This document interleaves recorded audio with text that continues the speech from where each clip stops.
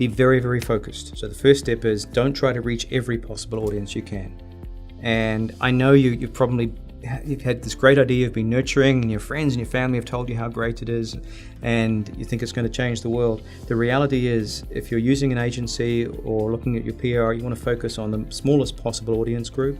If you're being that focused, and let's say it's it's in a digital commerce platform or something like that, you want to really make sure that any type of outreach you do, whether it's media, whether it's social, is somewhere where you believe your audience is. You want to make sure you're hitting the right audience at the right time. The New York Times may not be the right channel for you. And in fact, you're going to have very few opportunities with the New York Times, especially as a startup. So if you are going to the Times, you want to make sure you're ready. And they're going to need from you a very solid story, a very solid differentiator.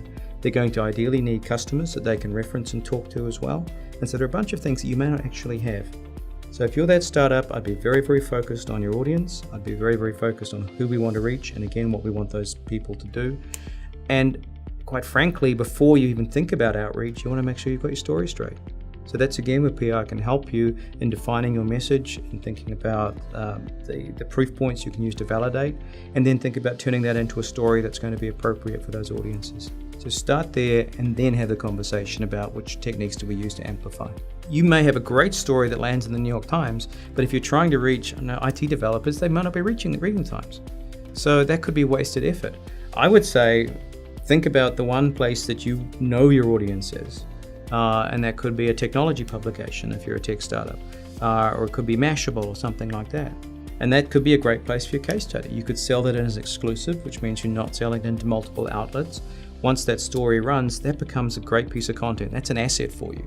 And the next question, again, not enough people ask this question, is what else can I do to amplify this story? So can we use it as the basis of a conversation on our LinkedIn group?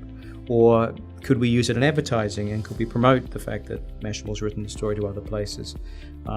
Can we print it out and give it to our sales force? Can we have a newsletter that sends it out to our customers as well? So I would identify the one right place, and again, it could be Mashable, or it could be somewhere else, and then think about how you amplify that story across your channels.